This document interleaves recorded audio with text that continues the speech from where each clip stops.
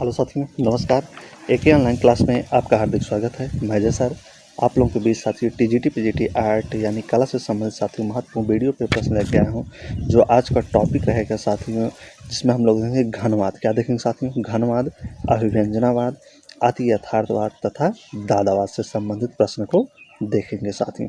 तो ये भी टॉपिक साथियों महत्वपूर्ण है साथियों एग्जाम की दृष्टि से। ये सब साथियों एग्जाम में विगत प्रश्नों में प्रश्न पत्रों में सब प्रश्न पूछे गए, तो यहाँ से भी प्रश्न बनते हैं साथियों। तो घनवाद, अभिव्यंजनावाद, अतिवाद तथा दादावाद से साथियों।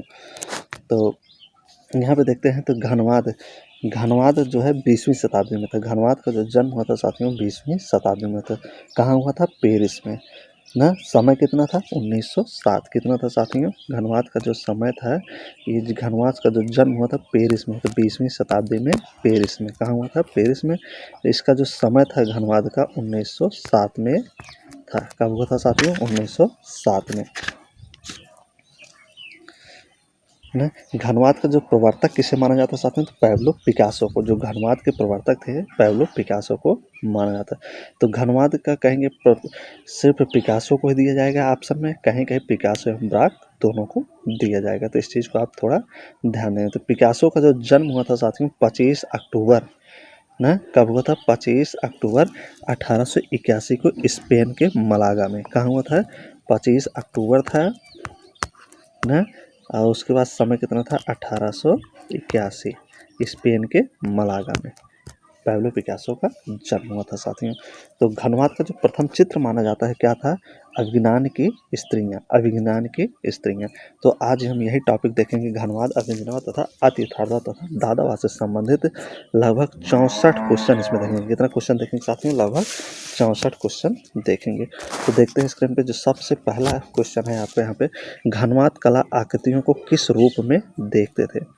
कारण जो घनवादी कलाकार थे साथियों ना, ये जो घनवादी कलाकार थे ये आकृतियों को किस रूप में देखते थे? तो वर्ग के रूप में, त्रिकोणात्मक और वर्ग के रूप में, गोले और त्रिभुज के रूप में, या घन और शंकु के रूप में। तो जो घनवादी कलाकार थे साथियों, तो ये घनवाद को किस रूप में देखते थे? तो किस रूप में देखते साथियों? तो ये घन और शंकु के रूप में देखते थे। यहाँ पे जो राइट आंसर होगा आपका पहले का घ वाला बिल्कुल राइट आंसर होगा, घन और शंकु के रूप में देखते थे। दूसरा है, घनवाद में कितने आयाम होते हैं? कह रहा है कि जो घनवाद है इसमें कितने आयाम होते हैं? तो एक आयाम होता है, दो आयाम होता है, तीन आयाम होता है, या अनेक आयाम होते हैं। तो घनवाद में कितने आयाम होते हैं मित्रों? तो देखना यहाँ पे कितने आयाम होते हैं, तो कमेंट करिए आप लोग जरा। तो ना आप लोग कहते हैं कि बार बार क्वेश्चन पढ़ाया गया है, तो थोड़ा आप लोग एक बार कमेंट करके देखिए ना। घनवाद में कितने आयाम होते हैं? तो कितने आयाम होते हैं घनवाद में साथियों? तो 3 आयाम। कितने आयाम होते हैं घनवाद में? तो 3 आयाम ना।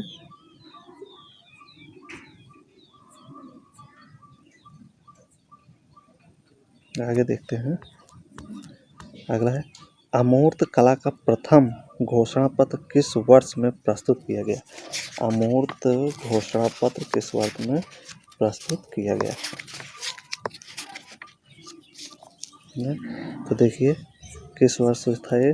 तो 1912 में, 1910 में, 1914 में, या 1916 में। तो किस वर्ष साथियों प्रस्तुत किया गया अमूर्त कला का घोषणा पत्र ना? तो कौन सा समय था साथियों? तो ये 1910 था। क्या था साथियों समय? 1910 का अमूर्त घोषणा पत्र का जो समय था 1910 था।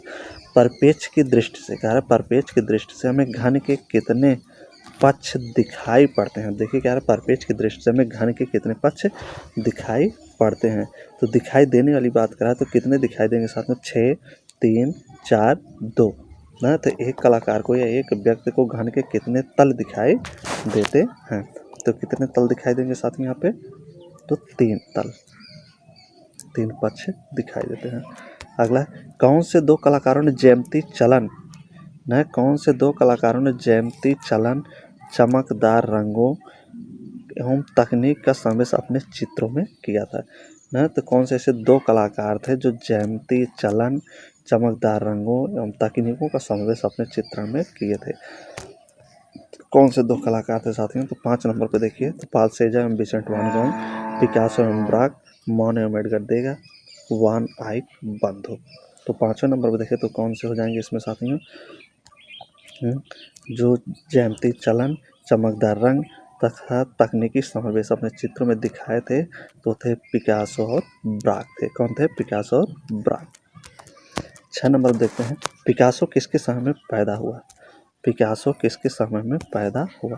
फासिज्म के, रेनेसां के, घन चित्रण शैली के या आभास चित्रण में?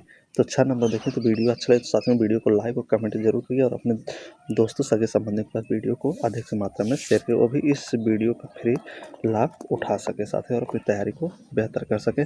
तो पिकासो किसके समय में पैदा हुआ था? आभास चित्रण के समय में। अगला है, ब्राक और पिकासो ने जिस शैली को जन्म दिया उसे किस नाम से पुकारा जाता है? ब्राक तथा पिकासो जिस शैली को जन्म दिए उसे किस नाम से जाना जाता है, पुकारा जाता है? तो क्या नाम है साथी? फंतासी, अतियथार्थवाद, घनवाद या प्रभाववाद? तो ब्राक और पिकासो ने जिस शैली को जन्म दिया उस शैली का क्या नाम हो जाएगा? एक बार आप लोग कमेंट करिए। तो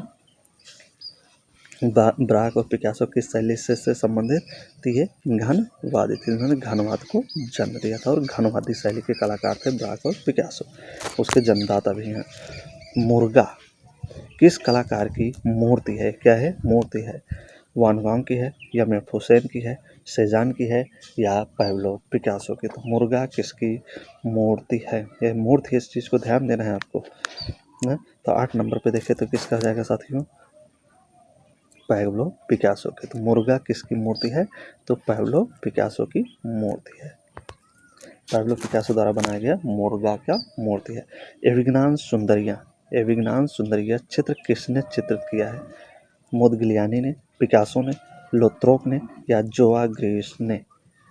तो 9 नंबर पर देखिए साथियों, यहाँ से भी खूब प्रश्न बनते हैं साथियों, इस चीज़ को ध्यान देना, इग्नोर नहीं करना है आप लोगों को, क्योंकि 148 सीट है, 148 सीट है, बहुत ही डिफिकल्ट लेवल ऑफ पेपर बनने की उम्मीद है।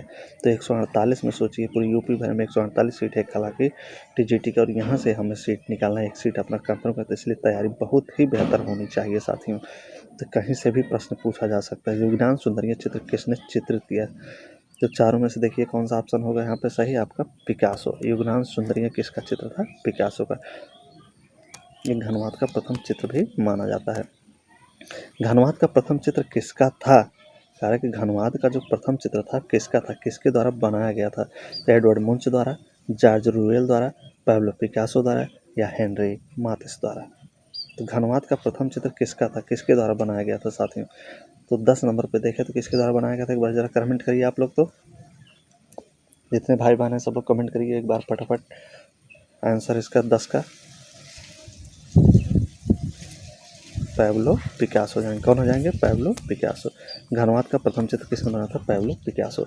घनवाद का जन्म वर्ष पूछ रहा है, घनवाद का जो जन्म वर्ष क्या है? 1925, 1907, 1909 या 1911 है? तो कितना हो जाएगा साथियों? घनवाद का जन्म वर्ष कितना था? 11 नंबर देखें ऊपर हमने सर्च करा था तो 1907। घनवाद का जो जन्म था क्या था? 1907 था। पैब्लो पिकासो किस वाद से संबंधित थे? पैब्लो पिकासो जो है ये किस वाद से संबंधित? बहुत ही महत्वपूर्ण है पैब्लो पिकासो साथी, इग्नोर करेंगे तो आप गच्चा खा जाएंगे, समझ लीजिए। एक एक पॉइंट से, एक एक नंबर से लोगों का क्या है सिलेक्शन रुका है, इस चीज़ को आप ध्यान देंगे।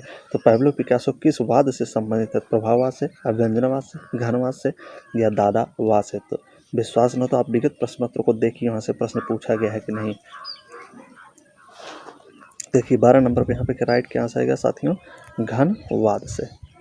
पैब्लो पिकासो का संबंध किससे था? घनवाद से। तो उम्मीद है कि पिछले वीडियो की तरह इस वीडियो पर भी आप लोगों का प्यार, सम्मान, दुलार मिला रहेगा, वैसे बरकरार रहेगा साथियों। तो हम आप लोगों की पूरी तैयारी, पूरी सिलेबस की तैयारी, जितना टीजीटी पीजीटी के प्रश्न पूछे जाते हैं सभी तैयारी आप लोगों को कराऊंगा साथियों। घनवाद के प्रवर्तक कौन थे? पूछ रहा है कि घनवाद के प्रवर्तक कौन है? सेजान एवं वान गॉग हैं, पिकासो व ब्राक हैं, राफेल एवं रेनवार हैं, यह हैं आपके टिंटोरेट्टो एवं कैरोवेजियो।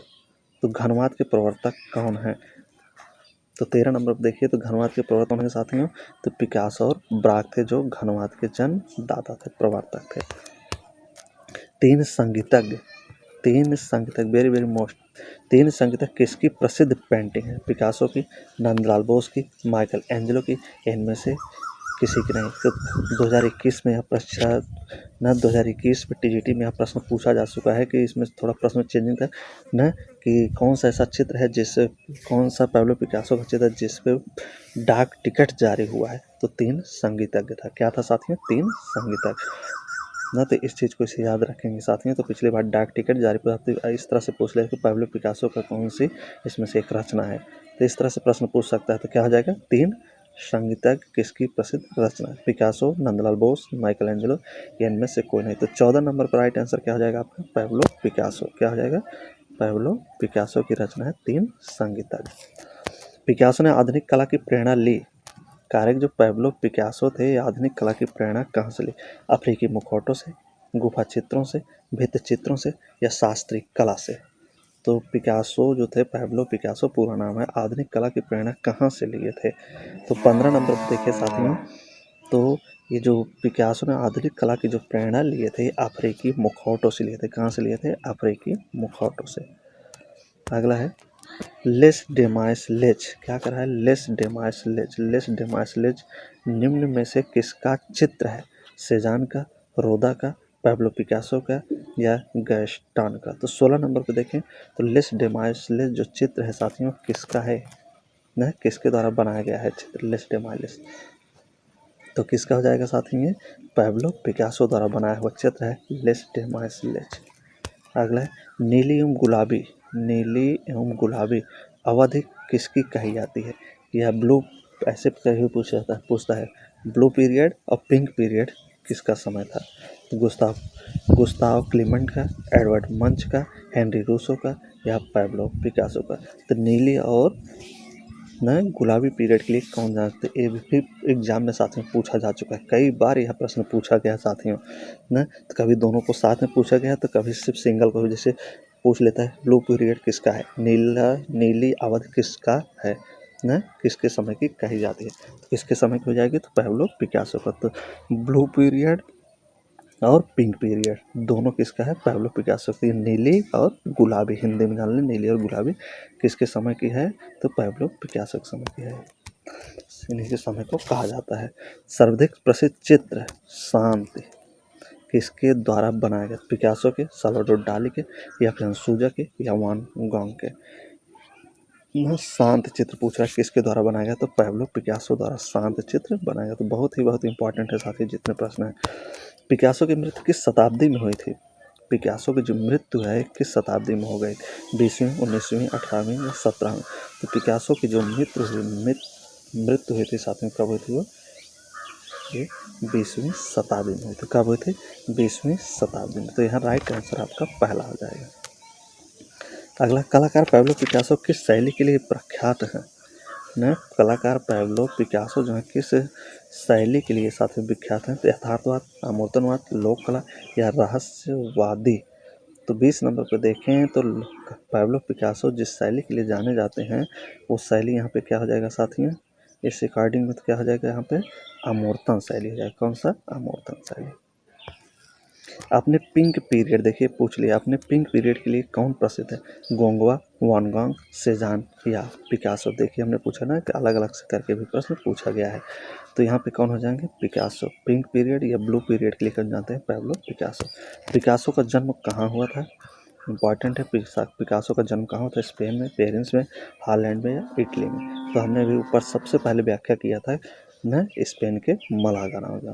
तो यहाँ पे क्या हो जाएगा आपका? का, स्पेन में हुआ था पैब्लो पिकासो का जन्म। पिकासो का विश्वविख्यात चित्र कौन सा है? या गुआर्निका? एक प्रश्न यहाँ आपको मिलता है, पिकासो का जो विश्वविख्यात चित्र है उसका क्या नाम है? गुआर्निका। क्या है? गुआर्निका। ये किस शैली में बना है पूछ लिया साथी। तो अति यथार्थवादी शैली में है, घनवादी में है, या अव्यंजनावादी में है, या तीनों में है? तो गुआर्निका चित्र किस माध्यम में बना हुआ है? जो पैब्लो पिकासो का क्या है? चित्र है गुआर्निका। इसका माध्यम पूछा है न, तो किस माध्यम में बना है? अब विश्वविख्यात चित्र है ये न, तो इसका जो माध्यम है हो जाएगा साथियों 3 हो जाएगा, अति यथार्थवादी, घनवादी तथा अव्यंजनवादी। तो 3 होती है। यहाँ पर राइट आंसर आपका घा हो जाएगा तीनों में। प्रसिद्ध चित्र गुआर्निका के चित्रकार कौन है? गुआर्निका के चित्र कौन हो जाएंगे आपके? पैब्लो पिकासो साहब। आगे देखते हैं। पिकासो का प्रसिद्ध चित्र है ना इस तरह से प्रश्न देखिए कितनी बार घुमा घुमा के पूछा गया है। पिकासो का प्रसिद्ध चित्र है लास्ट सफर, न मिनोतोर मसीहा, सनफ्लावर या बर्थ ऑफ वीनस। तो यहाँ देखिए 25 नंबर पे, तो यहाँ देखिए 25 नंबर पे इस ऑप्शन के अनुसार क्या हो जाएगा, साथ में पैब्लो पिकासो का चित्र। कमेंट करिए आप लोग जरा एक बार, तो जितने भाई बहन हैं सब लोग कमेंट करिए। तो दोस्तों आप लोग भावी शिक्षक होने जा रहे हैं 2022 में ना, तो बहुत ही सुनहरा पल है। इस समय जो शिक्षक होगा साथियों, अगर उसके पास डिग्री होगा, जैसे बीएड होगा और ईएमए होगा, तो मात्र 8 से 10 साल में सेवा करने के बाद वो प्रिंसिपल भी बन सकता है ना। प्रिंसिपल बनने की चांस ज़्यादा रहेगा, सिर्फ डिग्री इसके पास होनी चाहिए ना, बीएड प्लस एमए की। तो यहाँ पे क्या हो जाएगा, पिकासो का जो प्रसिद्ध चित्र है क्या है साथियों, वो मिनोतोर रसिया है ना। तो इसलिए बहुत ज़रूरी हो गया है नौकरी लेना साथी में। 2022 में आप नौकरी लेंगे तो 7 से 8 साल 10 साल सेवा करने के बाद आप उस विद्यालय में क्या हो जाएंगे, आप प्रिंसिपल जो गैस्टेड अधिकारी के रूप में जाने जाएंगे आप लोग। तो रुतबा भी होगा, सैलरी भी ज़्यादा होगी, तो इसलिए जितना मेहनत उतना जी तोड़ मेहनत करिए। प्रख्यात चित्र ग्वार्निका किस माध्यम में निर्मित है, जल रंग में, कैनवास पर तेल रंग में, टेम्परा में या मिश्रित माध्यम में। तो प्रख्यात चित्र ग्वार्निका देखिए इस ऑप्शन के अनुसार देखिए क्या करा है, प्रख्यात चित्र ग्वार्निका किस माध्यम में निर्मित है। तो देखिए यहाँ पे जल रंग, कैनवास पर तेल रंग, टेम्परा या मिश्रित माध्यम। तो हमें क्या होता है, कभी कभी ऑप्शन के ही अनुसार हमें क्या होता है चूज करना होता है आंसर। तो ऑप्शन यहाँ पे देखिए ग्वार्निका का माध्यम पूछ रहा है, तो कौन सा माध्यम हो जाएगा यहाँ पे 26 का देखिए, तो क्या हो जाएगा साथियों, कैनवास पे तेल रंग में माध्यम में बना है ग्वार्निका चित्र जो पैब्लो पिकासो का है, कैनवास पे तेल रंग में। अगला है दी स्टूडियो का कलाकार कौन है, कुर्बे हैं, पिकासो हैं, डेविड हैं या माने हैं। दी स्टूडियो का कलाकार कौन है ना, तो द स्टूडियो बहुत बहुत इंपॉर्टेंट साथी है, इसके पहले भी वाला प्रश्न इंपॉर्टेंट था।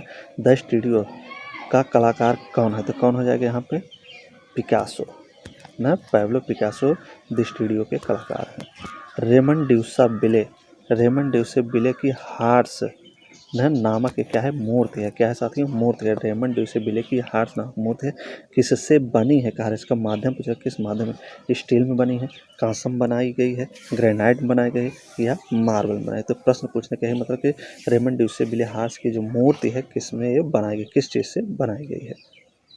28 नंबर पर देखिए तो किस माध्यम से बनी गई है, ये कांसा माध्यम से बनाई गई है। अगला है घनवाद से प्रेरणा लेने के उपरांत निजी विशेषता, घनवाद से प्रेरणा लेने वाले निजी विशेषता वाले कलाकार का नाम बताइए ना, जो घनवाद से प्रेरणा लिए हैं। ब्राक हैं, ओजन फ्रंट हैं, के एस कुलकर्णी हैं या राम कुमार हैं। 29 नंबर पर देखिए साथ में, तो जो घनवाद से प्रेरणा लिए हैं, इन्हें कभी कभी इससे पूछा जाता है कि भारतीय कलाकार हैं और घनवाद से प्रेरणा लिए हैं तो कौन कलाकार हैं निजी विशेषता वाले, तो कौन हो जाएंगे यहाँ पे भारतीय कलाकार, तो राम कुमार हो जाएंगे, घनवादी है, घनवाद का अवसर इनके ऊपर है ना। असंबद्ध चित्रकार का नाम बताइए, पिकासो, ब्राक, लेजे, साल्वाडोर डाली।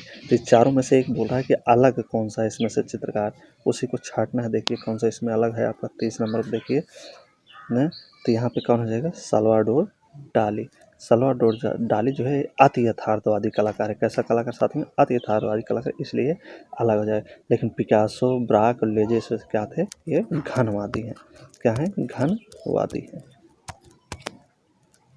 तो इसलिए साल्वाडोर यहाँ अलग हो जाए। साल्वाडोर जो है अति यथार्थवादी है, अति यथार्थवादी।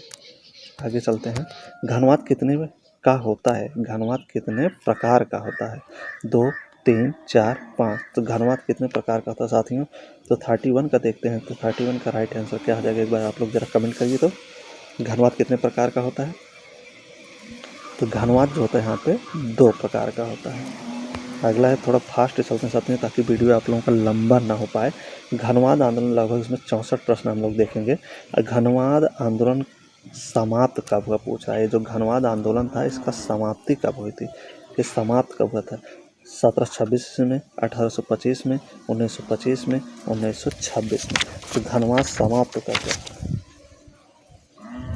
हुआ, तो घनवाद जो समाप्त हुआ था साथ में इसका समय क्या था समापन का, तो 1925 में घनवाद क्या हुआ था, समाप्त हो गया था।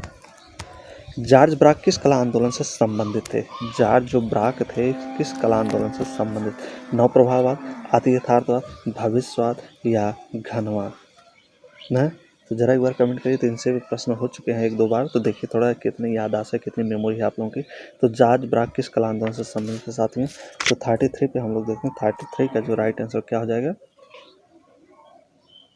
घनवाद ना। हमने बताया कि पैब्लो पिकासो और ब्राक, जॉर्ज ब्राक, ये दोनों क्या थे? घनवादी थे और घनवाद के संस्थापक भी माने जाते हैं दोनों लोग।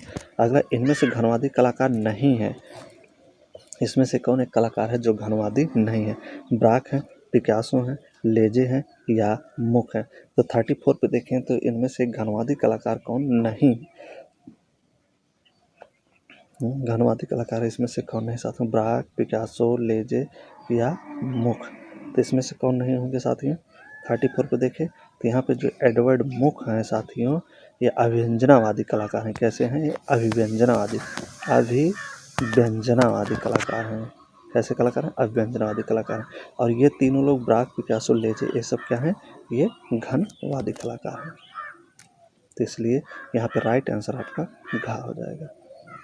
अगला है, अभिव्यंजनावादी चित्रकला का प्रारंभ कब हुआ? अभिव्यंजनावादी चित्रकला का प्रारंभ कब हुआ? इटली में, जर्मनी में, पेरिस में या फ्रांस में?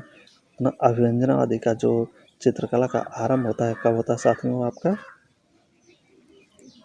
जर्मनी में होता है।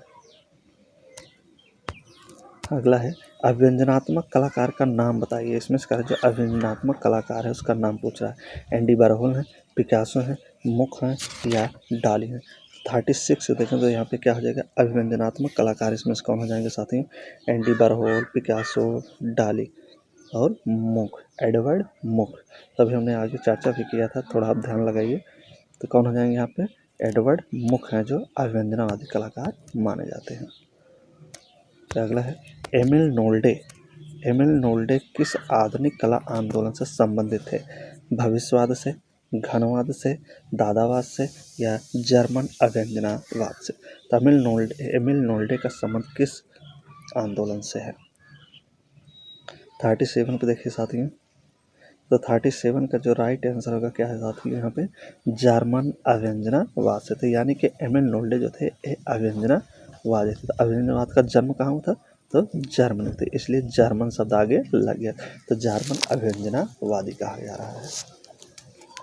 आगे देखते हैं, द स्क्रीम क्या करा है? द स्क्रीम न, द स्क्रीम चित्र किसने चित्रित किया है? द स्क्रीम चित्र किसने चित्रित? एडवर्ड मुक, एडवर्ड माने, क्लॉद मोने या पिकासो? तो 38 नंबर पे देखें तो द स्क्रीम चित्र किसका है साथियों? तो एडवर्ड मुक द्वारा बनाया गया द स्क्रीम, जिसे चीख भी कहा जाता है। क्या कहा जाता है? चीख। क्या कहा जाता है? चीख न, एडवर्ड मुक द्वारा बनाया गया चित्र है। अगला, ब्राक किस देश के रहने वाले थे? न, जॉर्ज ब्राक जो है किस देश का रहने वाला कलाकार था? इंग्लैंड का, फ्रांस का, जर्मनी का या स्पेन का? न, तो जॉर्ज ब्राक जो था ये फ्रांस का रहने वाला कलाकार था। उस चित्रकार का नाम बताइए जो घनवाद से संबंधित था। तो इसमें से कौन सा एक चित्रकार है जो घनवाद से उसका संबंध था? ग्रेस, पॉल किली, एडवर्ड हापर या डिलोने? तो इनमें से कौन एक कलाकार है जो इनका संबंध घनवाद से साथियों? 40 नंबर देखिए तो हम लोग 40 नंबर पर पहुँच गए हैं। तो यहाँ पे जो कलाकार है जो घनवादी है वो है ग्रेस। ग्रेस का संबंध घनवाद से था। भाववादी चित्र बनाने वाले फ्रांस के चित्रकार हैं। वीडियो एक बार 2 बार देखेंगे साथ में वीडियो आपको एकदम क्लियर हो जाएगा। भाववाद चित्र बनाने वाले फ्रांस के चित्रकार कौन है? तो आप सोते समय भी वीडियो को कान के पास रखकर सुन सकते हैं तो उससे याद होगा न। भाववादी चित्र बनाने वाले फ्रांस के चित्रकार कौन है? रेम्ब्रा है, पोलाक है, पिसारो है या हेनरी मातेस? तो पूछ रहा है भाववादी। अब हम लोग जंगलवादी चल रहे हैं, भाववादी या जंगलवादी की तरफ चल रहे हैं। यहाँ पे देखेंगे इस तरह से प्रश्न कि भाववादी, जंगलवादी। तो पूछा इनमें से जंगलवादी या भाववादी कलाकार कौन है जो फ्रांस का है? रेम्ब्रा है, पोलाक है, पिसारो है या हेनरी मातेस है? ना, तो भाववादी या जंगलवादी कलाकार कौन इसमें से जाएंगे? हेनरी मातेस। तो जंगलवादी या भाववादी एक ही नाम है। भाववाद को जंगलवाद का, जंगलवाद को भाववाद का, तो एक ही नाम है। तो इसके जो जन्मदाता माने जाते हैं कौन? हेनरी मातेस को ही माना जाता है भाववादी या जंगलवाद का जन्मदाता, और ये फ्रांस के थे। इनमें से अभिव्यंजनावादी कलाकार नहीं है। कह रहा है कि इनमें से कौन एक अभिव्यंजनावादी कलाकार नहीं है। क्या कह रहा है? नहीं है, देखना है। तो पिएट मॉर्गन है, पॉल किली है, कोकोस्को है या कंडेस्की साहब हैं। तो कौन है जो अभिव्यंजनावादी कलाकार नहीं है? 42 देखें तो 42 का राइट आंसर क्या होगा साथी यहाँ पे? पिएट मैड्रियान। पिएट मैड्रियान जो है अभिव्यंजनावादी कलाकार नहीं है। अगला है, कौन चित्रकार के साथ साथ सुप्रसिद्ध छापाकार भी है? ना चित्रकार भी है और इसके साथ साथ क्या है? छापाकार भी है। तो चित्रकार है और छापाकार है ना। डोमियो है, कोर्बे है, डेविड है या पिकासो है। तो चित्रकार और छापाकार दोनों हैं, दोनों गुण उसके अंदर है। तो कौन सा कलाकार है? चारों में से देखिए 43 के देखिए, 43 का जो राइट आंसर इसमें क्या आ जाएगा? Pablo Picasso. पैब्लो पिकासो जो है साथियों चित्रकार, छापाकार, मूर्तकार, ये इनके अंदर गुण पाया जाता है। ट्यूटरिंग मशीन, क्या कहा? ट्यूटरिंग मशीन किसकी रचना है? अवनींद्रनाथ की, पॉल किली की या मैफुसेन की या इनमें से किसी की नहीं?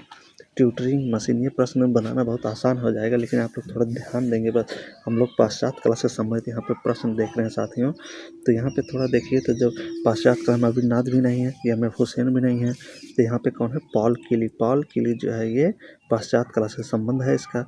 और लास्ट वाला है इनमें से कोई नहीं। तो दो हमारे भारतीय चित्रकार हैं, ये जो है पाश्चात्य कला से। तो ट्यूटरिंग मशीन किसका हो जाएगा? पॉल किली का। किसका जाएगा? पॉल किली। तो इस प्रकार से भी ऑप्शन में देख के आंसर लगाया जाता है साथियों। सीटेड न्यूड फेम न्यू एजिस, क्या कर रहा है? सीटेड न्यूड फेम न्यू एजिस कृति के चित्रकार कौन है? डोमियो है, मॉने है, पिकासो है या वान गांव है। तो 45 पे देखिए तो क्या हो जाएगा साथियों? सीटेड न्यूड फेम न्यू एजिस किसकी रचना है? ये चित्र है, इसको देखना है, चित्रकार है। तो कौन है साथियों? यहाँ पिकासो है। ये चित्र था तो पिकासो हो जाएंगे, Pablo Picasso. Seated nude fame के एजिस के जो चित्रकार हैं पिकासो हैं। अगला है, फ्रायड के सिद्धांत, क्या करें? फ्रायड के सिद्धांत एवं मनोविश्लेषणात्मक ज्ञान किस प्रकार के चित्रों का विकास किया है? किस प्रकार के चित्रों का क्या किया? विकास किया। तो आतिथ्यवादी चित्र, प्रभाववादी चित्र का, घनवादी चित्र का या यथार्थवादी चित्र का। तो फ्रायड का सिद्धांत तथा मनोविश्लेषण सिद्धांत किस प्रकार के चित्रों का विकास करता है? तो 46 पे देखते हैं तो क्या हो जाएगा साथियों? यहाँ हो जाएगा अति यथार्थवादी चित्र का विकास होता है फ्रायड के सिद्धांत तथा मनोविश्लेषणात्मक ज्ञान से। द बर्निंग जिराफ चित्र के चित्रकार कौन है? सागाल है, किली है, सल्वाडोर डाली है या मुंच है। तो 47 पे देखते हैं तो 47 जो द बर्निंग जिराफ किसका जाएगा? सल्वाडोर डाली का जाएगा। अगला है, अतिथार्थवादी के किस चित्रकार ने फ्रायड के अध्ययन से ही स्वप्निकी कल्पना तरंगों को कलात्मक महत्व को पहचाना है? क्या करा है? फ्रायड के अध्ययन से ही स्वप्न की कल्पना तरंगों के कलात्मक महत्व को पहचाना। तो मोने हैं, पिकासो हैं, मातिस हैं या सल्वाडोर डाली हैं। तो किसने साथ में फ्रायड के अध्ययन से ही स्वप्न कल्पना तरंगों को कलात्मक महत्व दिया या पहचाना? तो सल्वाडोर डाली थे। अगला, स्पेन का अतिथार्थवादी पूछ रहा है, स्पेन का अतिथार्थवादी कलाकार कौन है? कहने का मतलब वो कलाकार जो स्पेन का है और उसके ऊपर जो प्रभाव है वो क्या है? अति यथार्थवाद का है। तो कौन सा कलाकार? सल्वाडोर डाली है, रूसो है, एल ग्रेको है, फ्रांसिस बेकन है। तो 49 पे देखते हैं तो 49 का जो राइट आंसर होगा साथ में क्या हो जाएगा? यहाँ पे स्पेन का कलाकार कौन है? तो यहाँ पे स्पेन का जो कलाकार है सल्वाडोर डाली है और सल्वाडोर डाली जो है ये अति यथार्थवादी कलाकार है। तो इसलिए राइट आंसर यहाँ पे क्या हो जाएगा? निम्न में से कौन सा चित्र सल्वाडोर डाली का है? इसमें से कौन सा चित्र है जो अति यथार्थवादी कलाकार सल्वाडोर डाली का है? स्टैंडिंग वुमन है, द परसिस्टेंस ऑफ मेमोरी है, इंको ऑफ स्क्रीम है या सुप्रीमेटिज्ड कंपोजिशन है। तो 50 नंबर पर देखें तो 50 का राइट आंसर क्या हो जाएगा साथियों? तो सल्वाडोर डाली का जो चित्र है यहाँ पे द परसिस्टेंस ऑफ मेमोरी है। क्या है? द परसिस्टेंस ऑफ मेमोरी है। प्रमुख अति यथार्थवादी चित्रकार का नाम बताइए। प्रमुख अति यथार्थवादी चित्रकार का नाम पूछा है, कौन है? पिकासो है, ब्राक है, वान गॉग है या सल्वाडोर डाली। तो कौन हो जाएंगे? डाली। आगे देखते हैं, गृह युद्ध की पूर्व सूचना। गृह युद्ध की पूर्व सूचना चित्र का कलाकार कौन था? मार्क्स थे, सल्वाडोर डाली थे, मोदिग्लियानी या कंडस्की। 52 पे देखें तो क्या हो जाएगा? गृह युद्ध की पूर्व सूचना तो किसका चित्र है साथियों? तो ये सल्वाडोर डाली का है। मेल्टिंग वॉच क्या करा है? मेल्टिंग वॉच किसकी पेंटिंग है? क्या है? पेंटिंग। यामर हुसैन की, सल्वाडोर डाली की, माने की या पिकासो की। तो मेल्टिंग वॉच किसकी पेंटिंग है साथियों? तो मेल्टिंग वॉच जो पेंटिंग है साथियों ये किसकी है? सल्वाडोर डाली की पेंटिंग है मेल्टिंग वॉच। इंपॉर्टेंट है साथियों।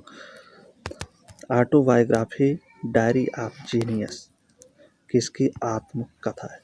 एम.एफ. हुसैन की, सल्वाडोर डाली की, पैब्लो पिकासो की या वान गॉग।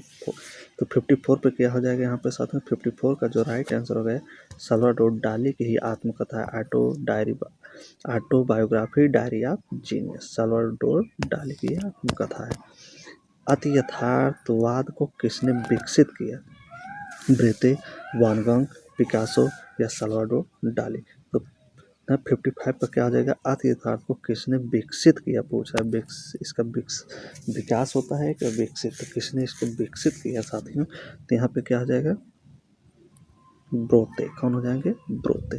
अति यथार्थ को किसने विकसित किया था? तो ब्रोते। इनमें से अति यथार्थ कलाकार नहीं है, क्या है? नहीं है। तो सल्वाडोर डाली है, मार्क्स एंसर्ट है, आंद्रे मास्टर है, जैक्सन पोलाक है। तो कौन हो जाएंगे साथी यहाँ पे? अतिथादी कलाकार नहीं है। तो नहीं कौन है? देखिए पहले इसमें देखिए हैं कौन कौन अतिथादी। तो सल्वाडोर डाली है, मार्क्स एंसर्ट है, आंद्रे मस्सो है। तो ये लोग क्या है? अति यथार्थवादी हैं। जैक्सन पोलाक जो है ये अति यथार्थवादी कलाकार नहीं है। ये क्या है? ये क्या है? अमेरिका का है और क्या है? पॉप कलाकार है। एक्शन पेंटिंग से संबंधित है जैक्सन पोलाक, एक्शन पेंटिंग कलाकार है अमेरिका का। अगला है अतिथात्वाद के अंतर्गत फ्रोताज पद्धति का किसने आविष्कार किया? फ्रोताज पद्धति का किसने? सल्वाडोर डाली, इवे ताजवी, मार्क्स एंसेंट, आंद्रे मस्सो। फ्रोताज पद्धति का जन्मदाता कौन माना जाता है? फ्रोताज पद्धति कौन हो जाएगा? मार्क एंसेंट हो जाएगा, जो फ्रोताज पद्धति का जन्मदाता माना जाता है, मार्क एंसेंट। किस अति यथार्थवादी चित्रकार ने the wall of the moon भित्ति चित्र क्या करा? The wall of the moon भित्ति चित्र पेरिस में स्थित यूनेस्को इमारत पर बनाया था। चित्र का नाम है the wall of the moon भित्ति चित्र है, पेरिस में बनाया गया। कहाँ बनाया गया है? पेरिस के स्थित यूनेस्को इमारत पर। तो Joan Miro, Salvador Dali, Rene Magritte, Paul Delvaux. The wall of the moon किसका चित्र है साथ में? 58 पे देखते हैं तो किसका हो जाएगा? जॉन मीरो का। किसका हो जाएगा? जॉन मीरो का। ना तो वीडियो आपको जो रोज़ाना मिलता है सुबह साथियों 7 से 8 बजे के बीच में डेली मिलता है, मॉर्निंग में आपको मिलता है साथियों। अगला है घोड़े पर पाइप, घोड़े पाइप और लाल फूल। 3 यहाँ पे हैं, घोड़े हैं, पाइप है और लाल फूल है। कैनवास पर बनाया गया तैल माध्यम से। कैनवास पे किससे बनाया गया? तैल माध्यम से बनाया गया कैनवास पर ना। जो 82.6 × 74.9 सेंटीमीटर का फिलाडेल्फिया आर्ट म्यूजियम में सुरक्षित है। ये चित्र किसका है? किसका है पूछ रहा है चित्र। घोड़े, पाइप और लाल फूल। पिकासो का, एम.एफ. हुसैन का, जॉन मीरो का या सूजे का। तो किसका चित्र हो जाएगा? जॉन मीरो का चित्र है। घोड़े, पाइप, लाल फूल जॉन मीरो द्वारा है। पत्थर तोड़ने वाले कृति के कलाकार कौन है? कुर्बे हैं, दोमियो हैं, सेजान है या सल्वाडोर डाली हैं। तो 60 नंबर पे देखें तो 60 नंबर का राइट आंसर क्या हो जाएगा साथ ही यहाँ पे? कुर्बे हैं। पत्थर तोड़ने वाले की जो कृति है ये कुर्बे का है, पत्थर तोड़ने वाला। फव्वारा क्या करा है? फव्वारा। फव्वारा कृति के प्रमुख कलाकार कौन है? मातिस हैं, कोरे हैं, धुंसा है या देगा। तो फव्वारा किसका साथियों? फव्वारा कृति किसका हो जाएगा ना? तो यहाँ पे किसका हो जाएगा? ये मार्शल धूंसा का फव्वारा है। निम्न में से कौन अभ्यंजनावादी चित्रकार हैं? वर्मिया है, दोमिया है, किली है या डेला क्राइसिस। तो 62 का क्या हो जाएगा यहाँ पे साथियों, तो निम्न में से अभिव्यंजनवादी चित्रकार कौन है, तो पॉल क्लीली है। अगला है कौन प्रसिद्ध फाविज्म कलाकार था, ना इसमें से कौन फाविज्म कलाकार है, बेत्तिचेली हैं, मेडिसी हैं, हेनरी माथिस हैं या रेनवर है। फाविज्म या फाववाद या जंगलवाद, तो कौन से इसमें है 63 पे देखिए कौन हो जाएंगे ना, फाविज्म कहा जाता है, इसी को फाववाद कहा जाता है, इसी को जंगलवाद कहा जाता है। तो इसमें कौन हो जाएंगे, हेनरी माथिस थे जो फाववाद या जंगलवाद के जन्मदाता माने जाते हैं, तो हेनरी माथिस साहब हैं। लास्ट क्वेश्चन है आज का, आखिरी और लास्ट क्वेश्चन साथियों, न माथिस किस कला आंदोलन के अग्रणी थे, तो हेनरी माथिस जो था किस कला आंदोलन का अग्रणी था, प्रभाववाद, भाववाद, अतिवाद या घनवाद। तो हेनरी माथिस का जो संबंध साथियों जंगलवाद से था न आया भाववाद से ही, तो भाववाद को ही क्या कहा जाता है, जंगलवाद कहा जाता है, जंगलवाद। इस चीज़ को आप ध्यान देंगे न, किसे कहा जाता है, भाववाद को, भाववाद को क्या कहा जाता है, जंगलवाद भी कहा जाता है। इसके जन्मदाता है हेनरी माथिस, तो राइट आंसर खा हो जाएगा। तो मेरा वीडियो आप लोगों को अच्छा लगेगा साथियों, वीडियो अच्छा लगा तो वीडियो को लाइक और सब्सक्राइब कमेंट जरूर करें। जो हमारे नए व्यूअर्स हैं तो विश्वास भरोसा बना के साथियों अगर जुड़े हैं तो निश्चित ही सफलता उन्हें मिलेगा, पूरा सिलेबस उनकी तैयारी कराई जाएगी साथियों। तो चलते हैं, दीजिए इजाज़त, जब तक नेक्स्ट वीडियो आपका लेकर आएंगे तब तक के लिए best of luck. So thank you, बहुत बहुत धन्यवाद।